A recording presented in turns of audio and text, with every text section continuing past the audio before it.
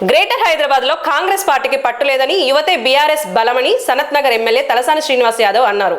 సనత్ నగర్ నియోజకవర్గ పరిధిలోని నల్లగుట్టలో మాజీ మంత్రి ఎమ్మెల్యే తలసాని శ్రీనివాస్ యాదవ్ ఆధ్వర్యంలో బీఆర్ఎస్ లో భారీ చేరికలు జరిగాయి. మనోహర్ యాదవ్తో పాటు దాదాపు 200 మంది యువకులు పార్టీలో చేరారు. ఈ సందర్భంగా మాట్లాడిన తలసాని ప్రజాసేవే లక్ష్యంగా పనిచేయాలని, ప్రజల సమస్యల పరిష్కారానికి అహర్నిశలు కృషి చేయాలని పిలుపునిచ్చారు. ముఖ్యమంత్రి హోదాలో ఉండి రేవంత్ రెడ్డి మాట్లాడుతున్న భాష అభ్యంతరకరమని విమర్శించారు.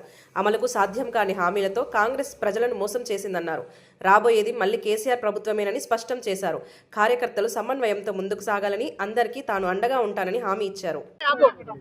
ఈరోజు నల్లగుట్ట ప్రాంతంలో మరి యువకుడు ఉత్సాహవంతుడు మనోహర్ యాదవ్ గారు, వారితో పాటు వారి యొక్క మిత్రులు, వారి సహచరులు, ఈ బస్తీలో ఉన్నటువంటి మహిళలు, పెద్ద మనుషులు అందరూ కూడా మరి బీఆర్ఎస్ పార్టీలో జాయిన్ అవుతున్నటువంటి శుభ సందర్భంలో వారికి నేను పార్టీ పరంగా మనస్ఫూర్తిగా అభినందనలు తెలియజేస్తున్నాను.